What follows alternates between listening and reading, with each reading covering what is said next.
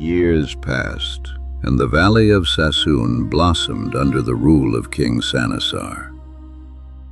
The once forgotten land now echoed with joy, strength, and peace. Sanasar, mighty and wise, stood tall at the gates of his stone fortress, his sword by his side and Kirkik Jalali grazing nearby. In time, Sanasar took a noble wife, and the heavens once more smiled upon Sassoun. On a stormy night, under the roar of thunder, a child was born, wrapped in silence, but with eyes that burned like fire. They named him Mher. From the start, Mher was no ordinary child. He walked before he could crawl, spoke in full sentences by his first year, and by 3, he lifted stones grown men could not move. Sassoun whispered, another hero was rising.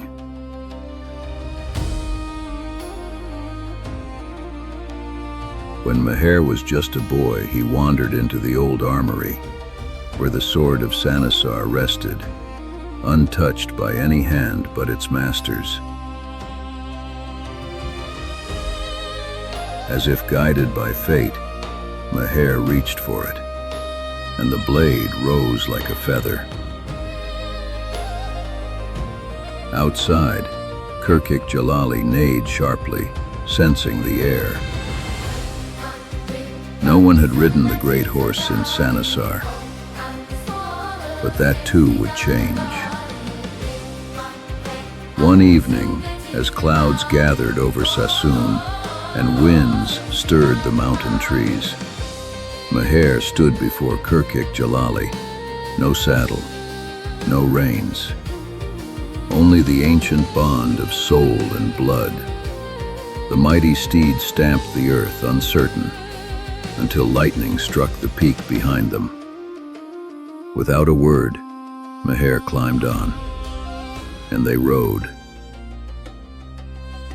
Whispers of the boy hero reached far beyond the mountains. In the courts of foreign kings, in the tents of raiders, and across the deserts of the south, they spoke of the child who lifted mountains and rode the thunder horse. One man listened with bitter eyes. Caliph of Baghdad, once defeated by Sanasar, now seeking revenge. Far beyond the mountains, the Caliph's army marched under moonless skies. But before they could reach Sassoun, an old traveler appeared at the city gates. Cloaked in dust, he asked for Sanasar, but his eyes never left the boy. Mher stood before his father, tall and unshaken. Let me ride. Sassoun must not fall while I still breathe. But Sanasar, the great king, looked upon his son with heavy eyes. You are still young, Mher. There is time yet. Mher stepped forward, and with one hand he lifted his father's stone throne. Sanasar rose slowly and placed his hand on Mher's shoulder.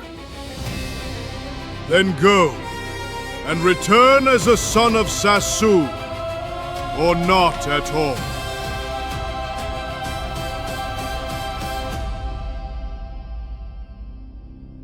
In the heart of the fortress, the blacksmiths of Sassoun worked through the night. No blade could bear Mher's grip. One after another, they shattered like glass. But at last, the master smith returned to the old forge where Sanasar's own sword had been born. With sacred fire and iron blessed by the mountains, he shaped a new weapon, broad and bright as dawn. For Mher, only this would do.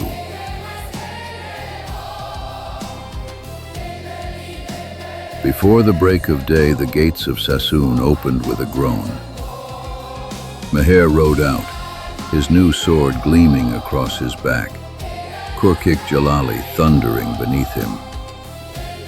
From every house, eyes watched in silence. Even the wind seemed to hold its breath. Across the plain, black banners rose. An army sent by the Caliph of Baghdad. But Mher did not flinch. Like a bolt from the heavens, Mher descended upon the enemy. His sword blazed through iron and bone. No wall could stop him, no shield could hold. When arrows rained, he laughed. When spears rose, he shattered them with a glance. The enemy fled in chaos, their commanders swallowed by dust. That day, the earth learned the weight of his fury. That day, Sassoun stood unshaken.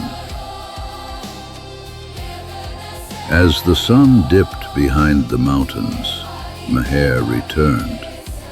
His sword dripped with silence. Kurkik Jalali's hooves echoed on stone. From every window, every roof, the people watched, not with cheers, but with awe. Sanasar stood at the gates. He saw not a boy, but a warrior, a storm in flesh. And he knew the age of Mher had begun.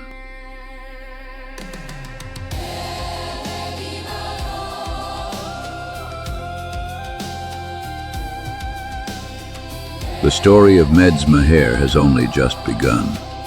His strength, his battles, and his fate will shape the destiny of Sassoun. Don't miss the next chapter of this epic saga. Subscribe now, share this video with friends and family, and help us bring Armenia's timeless legends to life for the world to see.